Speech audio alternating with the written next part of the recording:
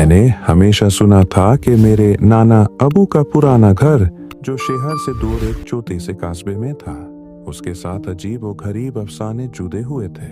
लोग कहते थे कि वो हवेली खूनी हवेली के नाम से मशहूर थी। कोई वहां रहता नहीं था, न ही कोई उसके करीब जाने की हिम्मत करता था। मेरे वालिद भी कभी वहां नहीं गए थे बचपन के बाद, लेकिन जब नाना अबू का इंतकाल हुआ तो उनका एक आखिरी ख्वाब था कि मैं उस हवेली को बेचकर आऊं या फिर उसकी मरम्मत करवाऊं। मेरा नाम रयान है। मैं एक मामूली दफ्तारी नौकरी करता हूँ और मेरे अंदर जज्बात से ज्यादा अकल को तरजीह देता हूँ। मैं इन दहशत ज्यादा बातों पर यकीन नहीं करता था।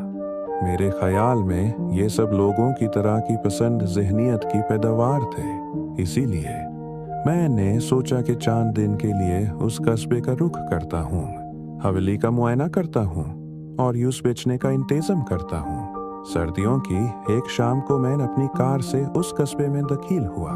मौसम नीला था और हवा में जान थी। कस्बा बिल्कुल सुनसान था, जैसे किसी ने पूरा शहर खाली करवा दिया हो। हवेली, जिसका पता मैंने गूगल मैप्स पर देखा था, शहर के आखिरी किनारे पर एक बड़ी सी पहाड़ी के पाँव में थी। जब मैंने उसकी दीवारों को देखा तो दिल धड़क गया। वो हवेली बहुत पुरानी, जंग आलूद और खून के रंग की तरह लाल ईंटों से बनी हुई थी। इसीलिए शायद इसका नाम खूनी हवेली था। दरवाजा खराश आया हुआ था और उस पर पुरानी कुफून के निशान थे। मैंने अपना सूटकेस उठाया और अंदर दाखिल हुआ। अंधेरा गाना था। हवा में महसूस हो रहा था जैसे कोई सदियों पुराना बुखार हो। मैंने अपना टॉर्च जलाया। दीवारों पर बड़े बड़े मकड़ी के जाले थे और फर्श पर धूल की मोती थे।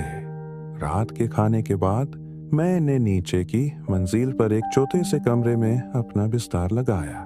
कमरा बिल्कुल सादा था। एक पुराना सा पलंग, एक टूटा हुआ अलमारिया और एक आईना जो धुंधला कर काला हो चुका था। रात को आधे से ज्यादा बीत चुके थे कि मैंने अचानक आवाज सुनी। ऐसा लगा जैसे कोई आहिस्ता आहिस्ता चल रहा हो, लेटीन हुई टांगों के साथ।